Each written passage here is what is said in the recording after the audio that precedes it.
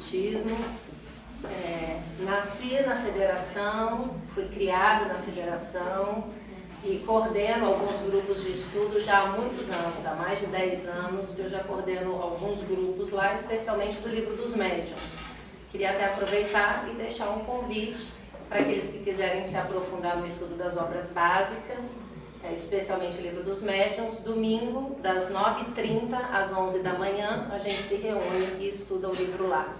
E é uma alegria enorme estar aqui com vocês. Conheci a Marilene, depois a Marilene em diálogos que mantivemos, nos fez esse convite, então é muito especial estar aqui com vocês, trazendo um pouquinho dos meus estudos, né, do que a gente aprende. Eu acho que a grande beleza do Espiritismo está justamente nessa troca, para que a gente possa se irmanar, dar as mãos e crescer juntos, né, diante das atribulações da vida, que não são poucas, né, são muitíssimas. E então nós escolhemos esse tema, a Justiça das Aflições, porque acho que os tempos estão tempos bastante turbulentos, né? Tempos de muitas aflições. Talvez, não sei se todos aqui são espíritas, se de fato já se aprofundaram um pouquinho nos estudos e conhecimento do Espiritismo, mas a gente sabe que está vivendo um tempo de grande transformação na Terra. É o tempo da regeneração, o tempo da espiritualidade, o tempo em que aquelas almas ainda renitentes no mal não terão mais espaço para aqui continuar, né? Então, com o passar do tempo, das décadas, nesse desbravar do século XXI, nós estamos a cada momento, não apenas com esses avanços extraordinários tecnológicos e científicos, que vocês sabem, né, estão acompanhando isso, mas também com os avanços na esfera de ordem moral, né, moral e espiritual. Então é por isso que também as aflições estão tantas e tamanhas, e a gente vai entender um pouquinho por que nós passamos por tudo isso. Eu separei para vocês uma mensagem que me toca muito o coração, desse livro Jesus no Lar. Esse livro eu realmente recomendo todo mundo ter esse livrinho, que parece assim um livrinho, uma coisinha simples, mas é de uma profundidade extraordinária, porque o espírito quem psicografou, né, Chico psicografou, e o espírito quem trouxe essas mensagens é o espírito de Neio Lúcio. Neio Lúcio é um espírito que é muito próximo de Emmanuel. Vocês sabem que Emmanuel é o mentor espiritual de Chico Xavier.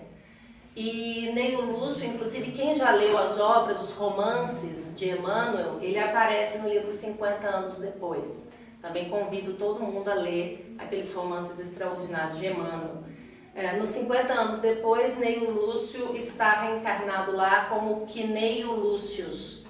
E Neio Lúcio reencarnou junto com Chico, na época de Chico. Ele foi o pai do chefe do Chico na Fazenda Modelo de São Leopoldo, em Minas Gerais. E Neio Lúcio, ele teve um trabalho extraordinário no Brasil, né, no início do século XX, 1906, de alfabetização. Então ele é inclusive uma figura emblemática no Brasil, de alguém quem trabalhou fortemente no início do século XX pela alfabetização de todas as pessoas mais humildes no país, já mostrando a grandiosidade desse espírito. E Neio Lúcio então desencarna e Chico psicografa uma das obras que de fato me parecem assim das mais lindas de toda a literatura, porque Neio Lúcio aqui nessa obra nos retrata e nos relata pequenos encontros de Jesus com seus discípulos naquela época, na época de Jesus. Então, eu não sei se vocês entendem ainda muito bem isso, mas as dimensões espaço e tempo são dimensões que a gente ainda está entendendo isso, né? Os espíritos, eles são levados, eles avançam no tempo, ou retroagem no passado, né, nessas dimensões de espaço e tempo, como se de fato elas fossem reais naquele momento. E Neio Lúcio foi levado, portanto, a retroceder no plano espiritual, à época de Jesus, e foi-lhe mostrado uma série de... ele pôde visualizar uma série de reuniões e encontros de Jesus com seus discípulos, com aqueles companheiros que conviviam com Jesus naquela época, e então ele relatou uma série desses encontros nesse livro. Então é por isso que o livro é tão belo, porque a gente se sente como se nós estivéssemos com Jesus, né? Nesse momento mais íntimo, mais particular, mais privado, nessas reuniões, né, de Jesus com os seus queridos companheiros daquela época. E no capítulo 31, Neio Lúcio nos fala sobre a razão da dor. E ele diz o seguinte: Raquel, uma antiga servidora da residência de Cusa, ergueu a voz para indagar do mestre por que motivo a dor se convertia em aflição nos caminhos do mundo. Cusa, hoje nós vamos falar dela, de Joana de Cusa, é a nossa Joana de Ângeles. Joana de Ângeles viveu na época de Jesus como Joana de Cusa. Eu trouxe também para a gente falar um pouquinho dela, mas ao final do encontro de hoje. E uma alma extraordinária, belíssima. Vocês sabem que Joana de Ângeles é a mentora de Divaldo Franco. Inúmeras reencarnações no bem, entre elas Clara de Assis, né, que acompanhou Francisco de Assis. Entre elas uma madre superiora da Bahia, Joana Angélica, uma pessoa conhecidíssima no clero baiano, que realizou obras extraordinárias na Bahia. Também como Juana Inês, também uma freira na época no México. Inclusive a Netflix, quem tem Netflix, foi feito agora um seriado da Juana Inês, e é justamente Joana de Ângeles. Claro que por ser seriado, tem inclusive uma chamada midiática e comercial que não é tão fiel, né, e não retrata tão bem o que foi Juana Inês. Mas enfim, um espírito muito nobre e que já naquela época de Jesus participou ativamente daquele momento dos primeiros cristãos. Então, Neio Lúcio nos conta que a Raquel, que era uma servidora, uma empregada da casa de Joana de Cusa, se encontrou com Jesus e perguntou para ele por que motivo a dor se convertia em aflição nos caminhos do mundo. Não era o homem uma criação de Deus? Não dispõe a criatura de abençoado concurso dos anjos? Não vela o céu sobre os destinos da humanidade? Jesus fitou na interlocutora o olhar firme e considerou: a razão da dor humana procede da proteção divina. Os povos são famílias de Deus, que à maneira de grandes rebanhos são chamados ao aprisco do alto. A terra é o caminho. A luta que ensina e edifica é a marcha. O sofrimento é sempre o aguilhão que desperta as ovelhas, distraídas à margem da senda verdadeira. Alguns instantes se escoaram mudos e o mestre voltou a ponderar. O excesso de poder favorece o abuso. A demasia de conforto, não raro, traz o relaxamento. E o pão que se amontoa de sobra costuma servir de pasto aos vermes que se alegram no mofo. Reparando, porém, que a assembleia de amigos lhe reclamava uma explicação mais ampla, Jesus elucidou fraternalmente. Um anjo, por ordem do Eterno Pai, tomou à própria conta um homem comum, desde o nascimento. Ensinou-lhe a alimentar-se, a mover os membros e os músculos, a sorrir, a repousar e a asilar-se nos braços maternos. Sem afastar-se do protegido dia e noite, esse anjo deu-lhe as primeiras lições da palavra e, em seguida, orientou-lhe os impulsos novos, favorecendo-lhe o ensejo de aprender a raciocinar, a ler, a escrever e a contar. Afastava-o hora a hora de influências perniciosas ou mortíferas, de espíritos infelizes que o arrebatariam, por certo, para o sorvedouro da morte. Soprando-lhe ao pensamento ideias iluminadas aos clarões do infinito bem, através de 1000 modos de socorro imperceptível, garantiu-lhe a saúde e o equilíbrio do corpo. Dava-lhe medicamentos invisíveis por intermédio do ar e da água, da vestimenta e das plantas. vezes sem conta, salvou-o do erro, do crime e dos males sem remédio que atormentam os pecadores. Ao amanhecer, o pajem celestial acorria atento, preparando-lhe um dia calmo e proveitoso, defendendo-lhe a respiração, a alimentação e o pensamento, vigiando-lhe os passos com amor, para melhor preservar-lhe os dons. Ao anoitecer, postava-se-lhe à cabeceira, amparando-lhe o corpo contra o ataque de gênios infernais, aguardando-o com maternal cuidado para as doces instruções espirituais nos momentos do sono. No transcurso da vida, guiou-lhes os ideais, auxiliou-o a selecionar as emoções e a situar-se em trabalho digno e respeitável. Clareou-lhe o cérebro jovem, insuflou-lhe entusiasmo santo rumo à vida superior e estimulou a formar um reino de santificação e serviço, progresso e aperfeiçoamento em um lar. O homem, todavia, que nunca se lembrara de agradecer as bênçãos que o cercavam, fez-se orgulhoso e cruel diante dos interesses alheios. Ele, que retinha tamanhas graças dos céus, jamais se animou a estendê-las na terra e passou simplesmente a humilhar os outros, com a glória de que fora revestido por seu devotado e invisível benfeitor.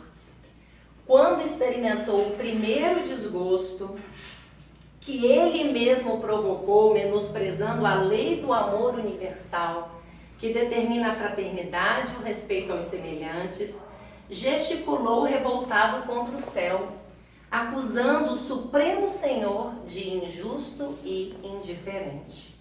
Aflito, o anjo guardião procurava levantar-lhe o ideal de bondade, quando um anjo maior se aproximou dele e ordenou que o primeiro dissabor do tutelado endurecido, por excesso de regalias, se convertesse em aflição. Rolando mentalmente de aflição em aflição, o homem começou a recolher os valores da paciência, da humildade, do amor e da paz com todos, fazendo-se então precioso colaborador do Pai na sua criação. Fim da historieta. Esperou Jesus que Raquel expusesse alguma dúvida, mas emudecendo a servidora, dominada pela meditação que os ensinamentos da noite lhe sugeriam, o culto da Boa Nova foi encerrado com ardente oração de júbilo indefinível. Então, nessa história, Jesus está nos dizendo por que a aflição bate à nossa porta.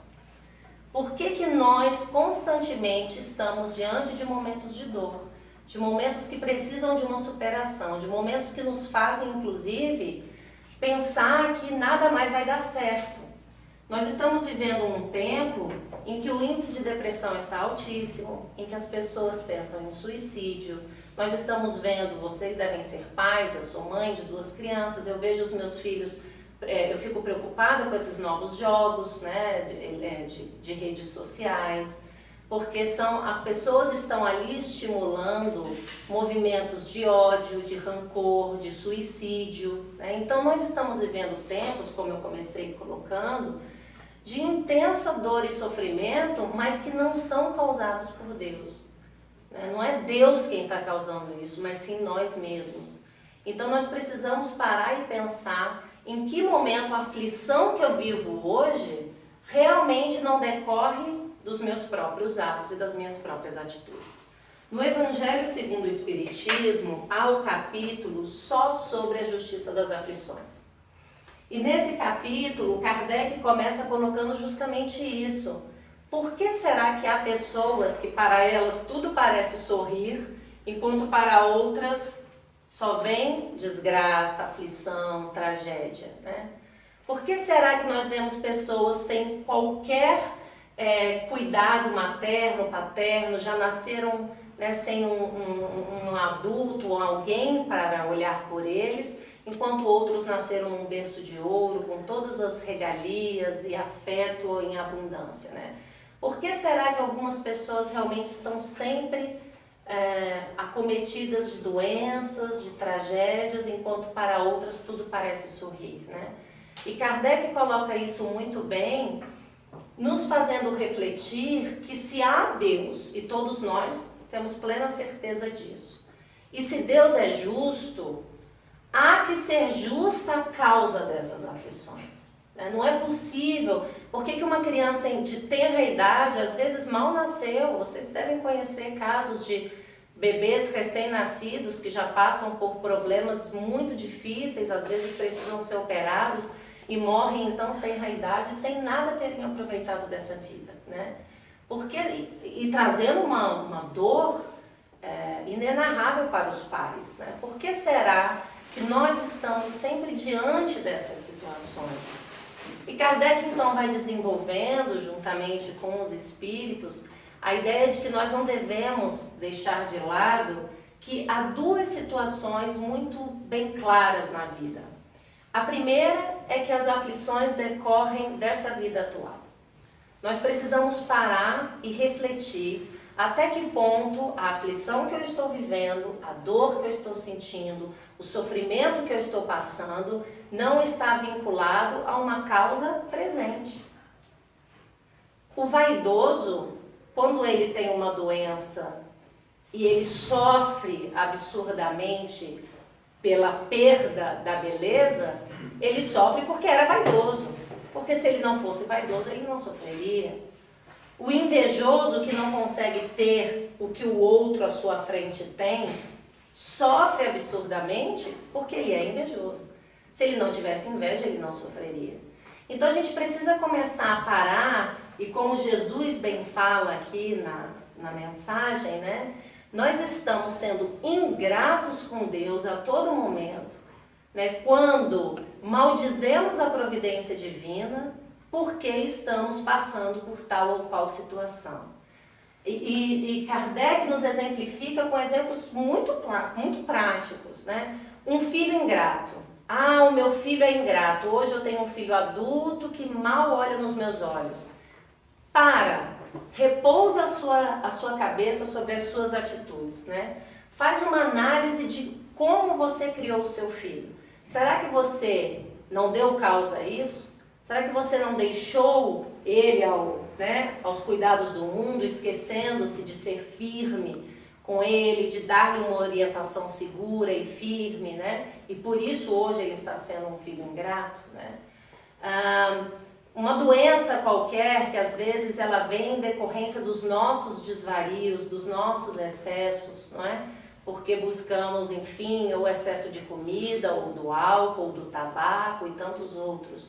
O próprio câncer. Hoje a gente verifica que muitos dos doentes do câncer são doentes porque são pessoas que não souberam perdoar, que não souberam amar, que não souberam ser gratos à vida. E isso não é só o espiritismo ou as religiões, né? Não é só a religiosidade que nos traz isso. Isso tem sido estudado no campo científico. Cada vez mais os psiquiatras, né, psicólogos, têm trabalhado a terapia da gratidão. A partir do momento em que eu perdoo, em que eu passo adiante e não fico presa naquelas reminiscências, naquele mau juízo da outra pessoa, eu me liberto e não deixo as minhas células adoecerem, né? Então é preciso que cada um de nós reflita, e isso é algo que realmente tem que ser feito num trabalho de autoconhecimento, diário, cotidiano, toda noite antes de deitar, né? Como Santo Agostinho, na questão 919 do Livro dos Espíritos, nos chama e nos conclama para fazer isso, todas as noites ao deitar, que a gente possa se perguntar como fui hoje durante o meu dia, a quem eu maltratei, a quem eu maldisse, a quem eu não ajudei, né? Por que eu fiquei mal-humorado, enfim. Então, nesse processo de autodescobrimento e de autoconhecimento, que é um esforço, é algo que tem que ser feito cotidianamente, tem que ser um hábito, tem que se tornar um hábito, eu, ao final da vida, vou perceber que eu vou ter benefícios com esses movimentos, né? Porque é a terapia da gratidão. Então é muito importante que a gente realmente verifique se as nossas aflições não são causadas pela nossa postura de hoje, dessa vida atual, né? Agora, Kardec muito bem nos exemplifica que a segunda causa das aflições pode não ser dessa vida. É uma criança de tenra idade que já passa por uma doença degenerativa, por exemplo, né? Enfim, tantas outras situações, pessoas extremamente bondosas, inclusive. Quantos não conhecemos pessoas que são só bem, gratidão, amor e que passam por dificuldades terríveis de enfermidades ou também no campo financeiro e tantas outras situações. E então os espíritos nos dizem que certamente essas aflições decorrem de outras vidas. E aí é o momento em que nós espíritas precisamos entender como que se dá esse processo da lei de causa e efeito, né? Eu costumo brincar e conversar, né, nas palestras ou nos pequenos diálogos que nós fazemos nos cursos lá da FEB, que nós espíritas temos que tomar cuidado em não apenas modificar palavras, né? E caindo nos velhos atavismos das outras religiões, que certamente todos nós já passamos por elas nessa vida ou em outras. Então, para dar um exemplo, o espírita, não existe inferno para o espírita, mas existe umbral, né? Aí uma pessoa faz uma coisa muito errada para você, você vira para a pessoa e fala, olha que você está fazendo esse mal, você vai parar no umbral. E aí a pergunta que fica é qual é a diferença de umbral para inferno, né? Que a forma como você está falando, parece que Deus criou um local chamado umbral, ele não chama inferno, né? Ele chama umbral, ou então Deus criou um plano espiritual superior, que se você é muito bondoso, você vai para esse plano espiritual superior. Se você não é bondoso, você vai para o umbral, né? E aí qual é a diferença de céu e inferno? Então a gente precisa entender e nos aprofundar nos preceitos espíritas para que a gente possa então compreender onde está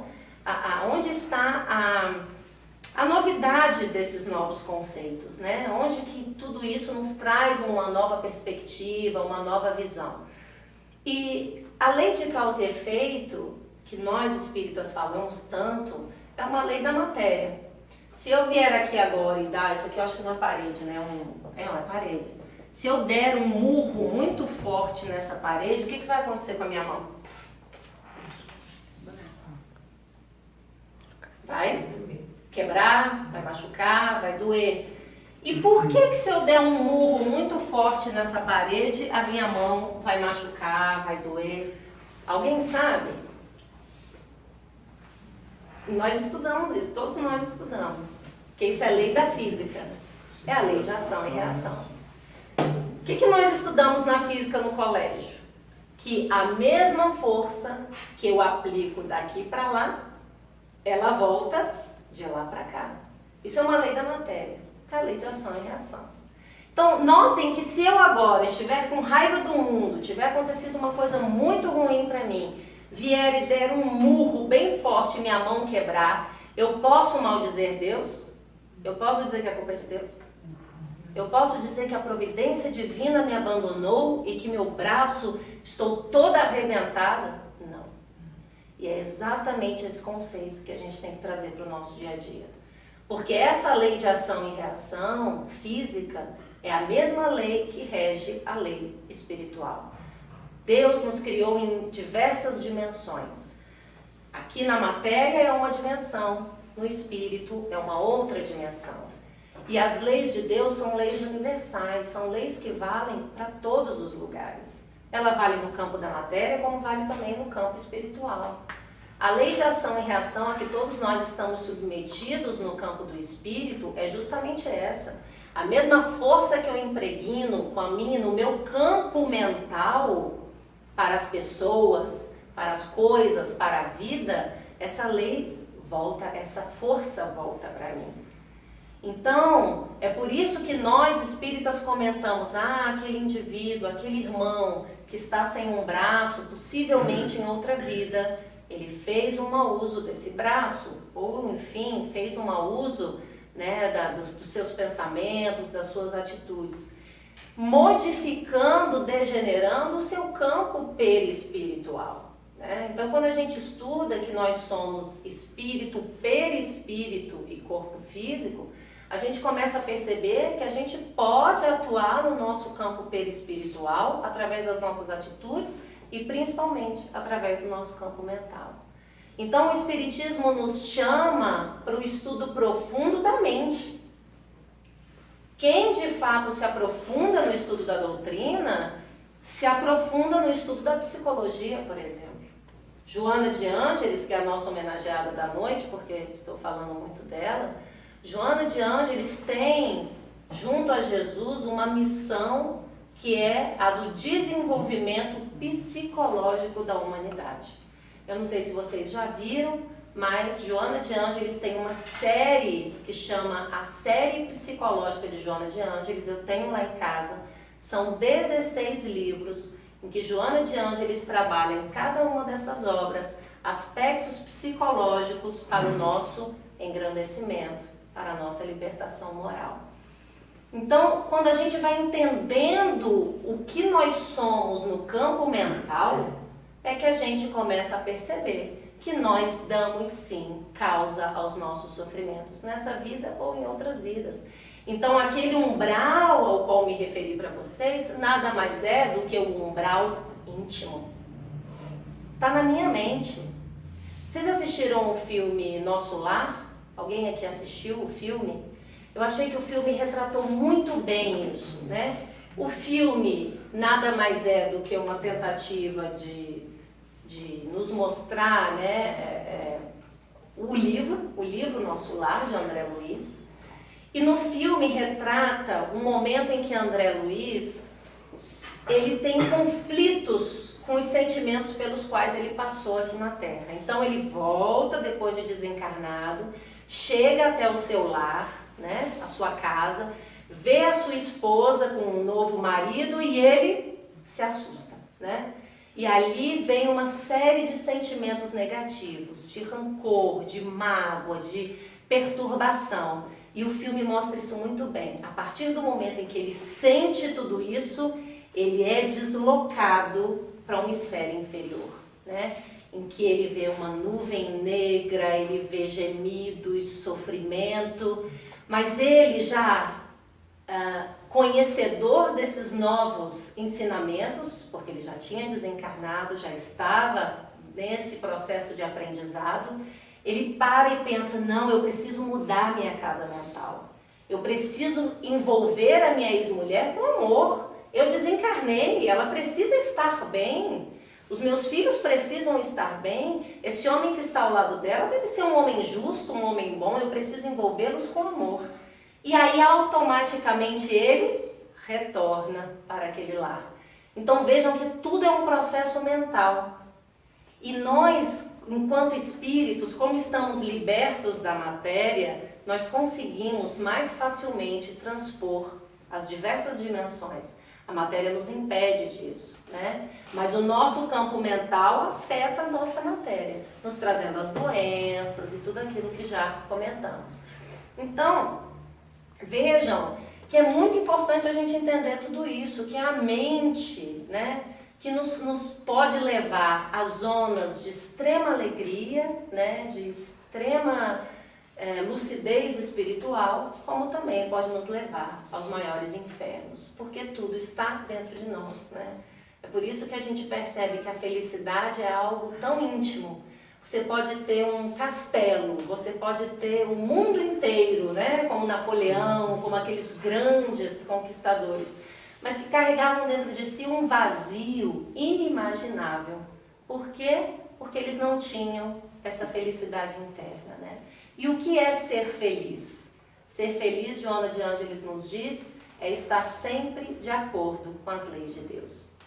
E basta a gente fazer pequenos movimentos que a gente percebe, né? Quando a gente está muito afastado de um trabalho social, ou a gente está muito afastado de um trabalho espiritual, a gente começa a perceber perturbação, dificuldades íntimas, depressão, né? Enfim, tudo isso nos parece uma grande aflição. A partir do momento em que a gente retoma, né, esse caminho que Deus traçou para cada um de nós, que é o caminho de cumprimento das suas leis, automaticamente tudo também vai se refazendo em nós, né? E aqui a gente não pode deixar de lembrar de dois grandes espíritos extraordinários e que nos mostraram isso muito bem. Primeiro, Paulo de Tarso, acho que vocês conhecem a história de Paulo, todos nós conhecemos, que a caminho de Damasco se encontra literalmente com Jesus numa dimensão espiritual, né? Jesus lhe aparece, não sei se vocês já leram o livro Paulo e Estevão, leiam, é uma obra, por muitos anos eu consegui ler Paulo e Estevão ao final do ano, então eu sempre me programava, todo final do ano eu vou reler Paulo e Estevão, eu consegui 5 vezes, depois não mais, mas já esqueci de tudo e já tá na hora de voltar, porque Paulo e Estevão é uma obra realmente extraordinária de Emmanuel, um romance lindo, mas que nos mostra com minudências, com riqueza de detalhes o que foi a vida de Paulo, né? E ele era isso, era um homem muito mais voltado para o mundo, para as leis do mundo, um homem duro, severo, e que de repente foi tocado pela grandeza de Jesus, né? E naquele momento há uma transformação em que ele inclusive muda de nome, porque o Saulo já não existia mais, né? Agora era Paulo, o homem totalmente integrado com Jesus. Um outro exemplo que a gente não pode deixar de falar é de Francisco de Assis, né? Francisco de Assis também é essa alma elevadíssima. Nós, espíritas, acreditamos pelos detalhes que nos vêm com as comunicações, que Francisco de Assis foi a reencarnação de João Evangelista, o discípulo predileto de Jesus, né? Dizem que João era o queridinho de Jesus, né?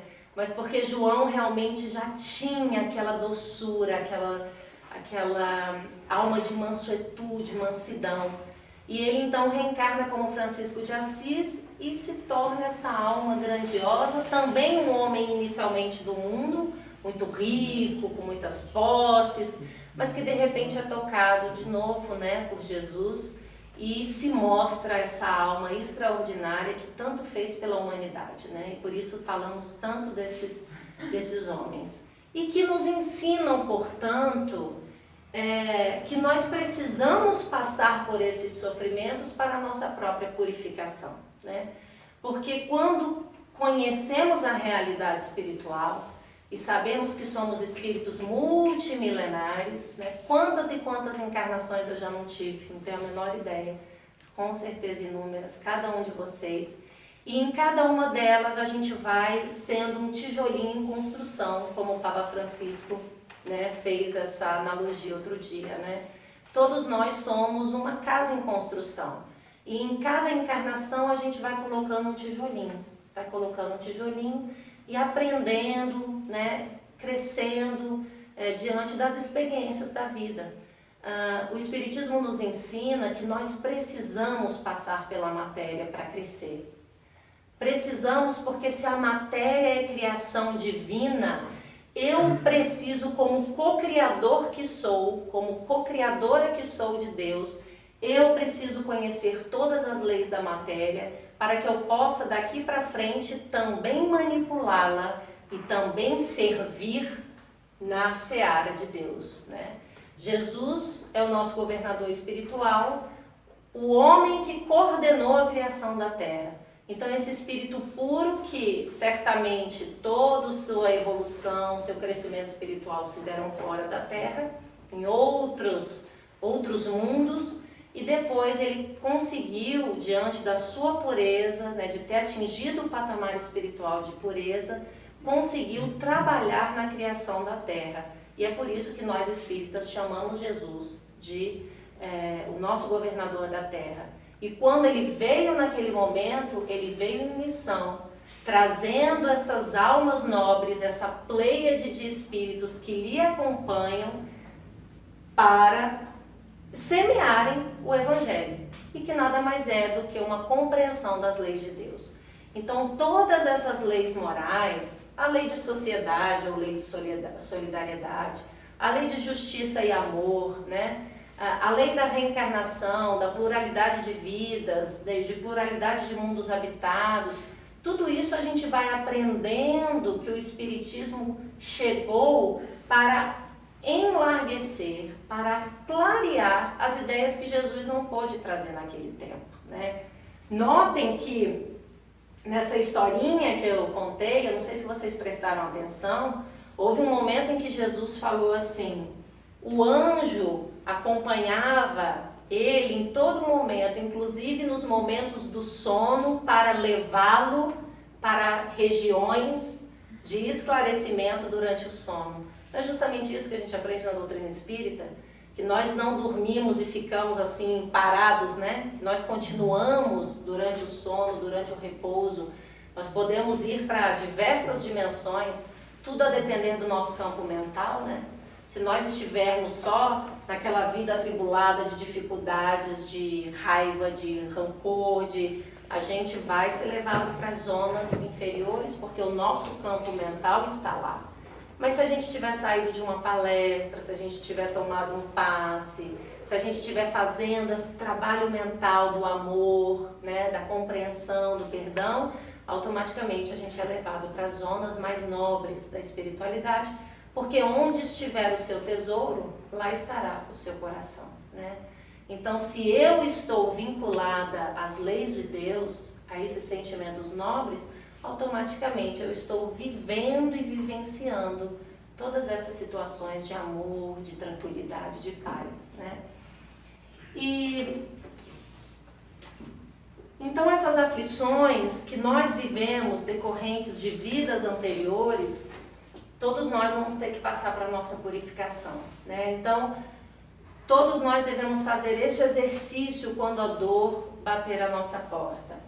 Será que isso que eu estou vivendo é decorrente das minhas atitudes de agora? Posso modificar? É possível fazer uma mudança de rota, né? É possível redirecionar os meus caminhos e, portanto, automaticamente vivenciar situações que vão passo a passo me retirar, né, desses momentos de dor? Ou não? Não, isso aqui que eu estou passando, a perda de um filho muito amado, não tem nada a ver com a minha vida atual, certamente é um momento de resgate de uma outra vida.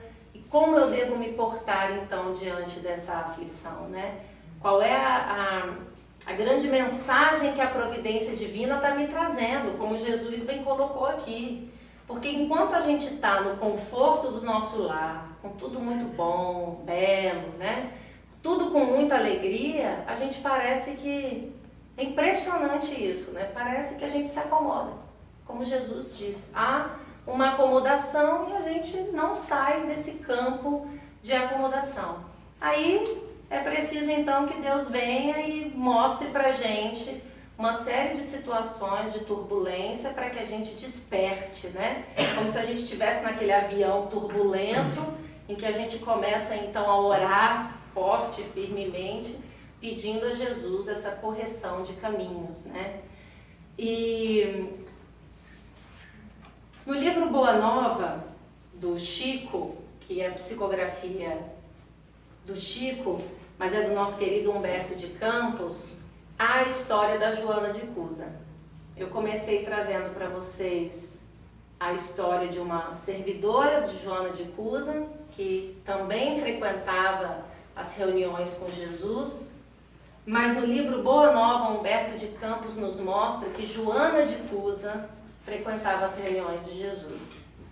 E no capítulo 15, intitulado Joana de Cusa, Humberto de Campos nos relata quem é essa extraordinária mulher, que hoje nós sabemos que é a nossa amada Joana de Ângeles, que tem essa tarefa primorosa junto à humanidade da evangelização psicológica. Inclusive, eu escutando algumas palestras do Divaldo essa semana, Divaldo relata que Joana de Ângeles vai reencarnar. Assim como Emmanuel já reencarnou, Divaldo diz que no ano de 2000 ele reencarnou, que ele estaria numa cidade do interior de São Paulo, mas que Emmanuel veio com uma missão de evangelização no Brasil, né, de trabalho de evangelização espiritual no Brasil. Então hoje ele está com 18 anos, não sabemos quem é, né? Joana de Ângeles vai reencarnar. Divaldo comenta na reportagem que ele acredita que ela já teria reencarnado desde o ano de 2015, mas que o trabalho dela, a tarefa dela vai ser de evangelização terapêutica psicológica, que ela vai desenvolver grandes trabalhos, inclusive científicos, na área da psicologia. E ela então viveu na época de Jesus, e o nosso Humberto de Campos nos fala dela, e eu queria terminar hoje a gente lendo juntos, porque é de uma beleza infindável. Entre a multidão que invariavelmente acompanhava Jesus nas pregações do lago, achava-se sempre uma mulher de rara dedicação e nobre caráter, das mais altamente colocadas na sociedade de Cafarnaum. Tratava-se de Joana, esposa de Cusa, intendente de Antipas, na cidade onde se conjugavam interesses vitais de comerciantes e pescadores. Joana possuía uma fé verdadeira. Contudo, ela não conseguiu forrar-se às amarguras domésticas, porque o seu companheiro de lutas, o seu marido, não aceitava as claridades do Evangelho. Considerando seus dissabores íntimos, a nobre dama procurou Jesus, numa ocasião em que ele descansava na casa de Simão, e lhe expôs a longa série de suas contrariedades e padecimentos. O esposo não tolerava a doutrina do mestre. Alto funcionário de Herodes, em perene contato com os representantes do império, repartia as suas preferências religiosas, ora com os interesses da comunidade judaica, ora com os deuses romanos, o que lhe permitia viver em tranquilidade fácil e rentosa. Joana confessou ao mestre os seus temores, suas lutas, seus desgostos no ambiente doméstico, expondo suas amarguras em face das divergências religiosas existentes entre ela e o companheiro. Após ouvir-lhe a longa exposição, Jesus lhe ponderou: Joana, só há um Deus, que é o nosso Pai, e só existe uma fé para as nossas relações com o seu amor. Certas manifestações religiosas no mundo muitas vezes não passam de vícios populares nos hábitos exteriores. Todos os templos da terra são de pedra. Eu venho, em nome de Deus, abrir o templo da fé viva no coração dos homens. Entre o sincero discípulo do Evangelho e os erros milenários do mundo, começa a travar-se o combate sem sangue da redenção espiritual. Agradece ao Pai o haver-te julgado digna do bom trabalho desde agora. Teu esposo não te compreende, a sua alma sensível? Compreender-te-á um dia. É leviano e indiferente? Ama-o a si mesmo. Não te acharias ligada a ele se não houvesse para isso uma razão justa. Servindo-o com amorosa dedicação, estarás cumprindo a vontade de Deus. Fala-me de teus receios e de tuas dúvidas. Deves, pelo Evangelho, amá-lo ainda mais. Os sãos não precisam de médico. Além disso, não poderemos colher uvas nos abrolhos, mas podemos amanhar o solo que produziu cardos envenenados, a fim de cultivarmos nele mesmo a videira maravilhosa do amor e da vida. Joana deixava entrever no brilho suave dos olhos a íntima satisfação que aqueles esclarecimentos de Jesus lhe causavam. Mas, patenteando todo o seu estado de alma, interrogou: Mestre, vossa palavra me alivia o espírito atormentado. Entretanto, eu sinto dificuldade extrema para o entendimento recíproco no ambiente do meu lar. Não julgais acertado que eu lute para impor os vossos princípios? Agindo assim, não estarei reformando o meu esposo para o céu e para o vosso reino? O Cristo sorriu serenamente e retrucou: quem sentirá mais dificuldade em estender as mãos fraternas será o que atingiu as margens seguras do conhecimento com o Pai, ou aquele que ainda se debate entre as ondas da ignorância ou da desolação, da inconstância ou da indolência do espírito. Quanto à imposição das ideias, continuou Jesus, por que motivo Deus não impõe a sua verdade e o seu amor aos tiranos da terra? Por que não fulmina com um raio o conquistador desalmado, que espalha a miséria e a destruição com as forças sinistras da guerra? A sabedoria celeste não extermina as paixões, transforma-as. Aquele que semeou um mundo de cadáveres desperta às vezes para Deus apenas com uma única lágrima.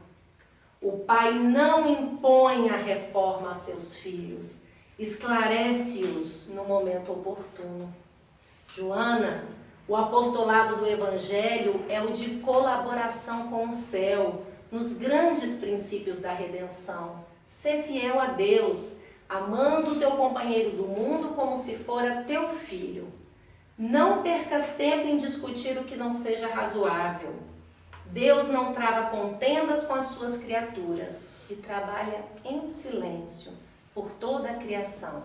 Vai, esforça-te também no silêncio e quando conhecimento, fala o verbo doce ou enérgico da salvação, segundo as circunstâncias. Volta ao lar e ama o teu companheiro como material divino que o céu colocou nas tuas mãos para que tales uma obra de vida, sabedoria e amor. Joana de Cusa experimentava um brando alívio no seu coração, enviando a Jesus um olhar carinhoso e de muito agradecimento, ainda lhe ouviu as últimas palavras: vai, filha, sê fiel. Desde esse dia, memorável para sua existência, a mulher de Cusa experimentou na alma a claridade constante de uma resignação sempre pronta ao bem, ao bom trabalho, sempre ativa para a compreensão de Deus. Como se o ensinamento do mestre estivesse agora gravado indelevelmente em sua alma. Considerou que antes de ser esposa na terra, já era filha daquele pai, que do céu lhe conhecia a generosidade e os sacrifícios. Seu espírito divisou em todos os labores uma luz sagrada e oculta. Procurou esquecer as características inferiores do companheiro para observar somente o que ele possuía de bom, desenvolvendo nas menores oportunidades o embrião vacilante das suas eternas virtudes. Mais tarde, o céu lhe enviou um filhinho, que veio duplicar os seus trabalhos. Ela, porém, sem olvidar as recomendações de fidelidade que Jesus lhe havia feito, transformava as suas dores num hino de triunfo silencioso a cada dia. Os anos se passaram. E o esforço perseverante lhe multiplicou os bens da fé na marcha laboriosa do conhecimento e da vida. As perseguições políticas desabaram sobre a existência do seu companheiro. Joana, contudo, se mantinha firme. Torturado pelas ideias odiosas de vingança, pelas dívidas insolváveis, pelas vaidades feridas, pelas moléstias que lhe verminaram o corpo, o ex-intendente de Antipas voltou ao plano espiritual, numa noite de sombras tempestuosas. Sua esposa, todavia, suportou os dissabores mais amargos, fiel aos seus ideais divinos, edificados na confiança sincera. Premida pelas necessidades mais duras, a nobre dama de Cafarnaum procurou trabalho para se manter com um filhinho que Deus lhe confiara. Algumas amigas lhe chamaram a atenção. Como pode? Você tão rica, perdeu tudo, agora está tendo que procurar trabalho. Tomadas de respeito humano. Joana, no entanto, buscou esclarecê-las, alegando que Jesus igualmente havia trabalhado, calejando as mãos nos serrotes de modesta carpintaria, e que, submetendo-se ela a uma situação de subalternidade no mundo, se dedicara primeiro ao Cristo, de quem se havia feito escrava devota. Cheia de alegria sincera, A viúva de Cusa esqueceu o conforto da nobreza material, dedicou-se aos filhos de outras mães, ocupou-se com os mais subalternos afazeres domésticos para que seu filhinho tivesse pão. Mais tarde, quando a neve das experiências do mundo lhe alvejou os primeiros anéis da fronte, uma galera romana a conduzia em seu bojo na qualidade de serva humilde. Era o ano de 68, quando as perseguições ao cristianismo se fizeram intensas. Vamos encontrar então, num dos espetáculos sucessivos do circo, uma velha discípula do Senhor, amarrada ao poste do martírio ao lado de um homem novo que era o seu filho. Ante o vozerio do povo, foram ordenadas as primeiras flagelações. Abjura, exclamava um executor de ordens imperiais de olhar cruel e sombrio. A antiga discípula do Senhor contempla o céu sem nenhuma palavra de negação ou de queixa. Então o açoite vibra sobre o rapaz seminu, que exclama entre lágrimas: repudia Jesus, minha mãe. Não vês que nós perdemos? Abjura, por mim que sou teu filho. Pela primeira vez, dos olhos da mártir corre a fonte abundante das lágrimas. As rogativas do filho são espadas de angústia que lhe retalham o coração. Abjura, minha mãe, abjura. Joana ouve aqueles gritos e recorda a existência inteira. O lar risonho e festivo, as horas de ventura, os desgostos domésticos, as emoções maternais, os fracassos do esposo, sua desesperação e sua morte, a viuvez, a desolação e as necessidades mais duras. Em seguida, ante os apelos desesperados do filhinho, recordou que Maria também fora mãe, e vendo o seu Jesus crucificado no madeiro da infâmia, soubera conformar-se com os desígnios divinos. Acima de todas as recordações, como a alegria suprema de sua vida, pareceu-lhe ouvir ainda o mestre na casa de Pedro a lhe dizer: vai, filha, sê fiel. Então, possuída de uma força sobre-humana, a viúva de Cusa contempla a primeira vítima ensanguentada e, fixando no seu filho um olhar profundo e inexprimível, na sua dor e na sua ternura, exclamou firmemente: cala-te, meu filho. Jesus era puro e não desdenhou o sacrifício. Saibamos sofrer na hora dolorosa, porque acima de todas as felicidades transitórias do mundo, é preciso ser fiel a Deus. A esse tempo, com os aplausos delirantes do povo, os verdugos lhe incendiavam em derredor achas de lenha embebidas em resina inflamável. Em poucos instantes, as labaredas lamberam-lhe o corpo envelhecido. Joana de Cusa contemplou com serenidade a massa do povo que lhe não entendia aquele sacrifício. Os gemidos de dor lhe morriam abafados no peito opresso. Os algozes da mártir cercaram-lhe de impropérios a fogueira. O teu Cristo soube apenas ensinar-te a morrer? Perguntou um dos verdugos. A velha discípula, concentrando a sua capacidade de resistência, teve ainda forças para murmurar: não apenas a morrer, mas também a vos amar. Nesse instante, sentiu que a mão consoladora do mestre lhe tocava suavemente os ombros e lhe escutou a voz carinhosa e inesquecível: Joana, tem bom ânimo, eu estou aqui. Vejam que todos nós vamos ser convidados em algum momento, convocados para os momentos de dor. Nesse caso, obviamente, Joana de Cusa já era um espírito, como eu disse para vocês, da Pleiade de Jesus, que veio nos ensinar o que é o amor. E ela então dá esse testemunho agora por meio do nosso querido Humberto de Campos, que nos relata esse momento tão íntimo, tão particular da história, mas nos mostrando que nós precisamos bem saber sofrer, né? Porque estamos passo a passo nos depurando, compreendendo as lições de Jesus, compreendendo as leis divinas, retomando, né, o curso da nossa vida infinita e eterna espiritual, né? E que nós possamos então agradecer, ter gratidão por cada um desses pequenos momentos que vivemos e que nos faz maiores diante de Deus. Que Jesus nos abençoe cada dia mais.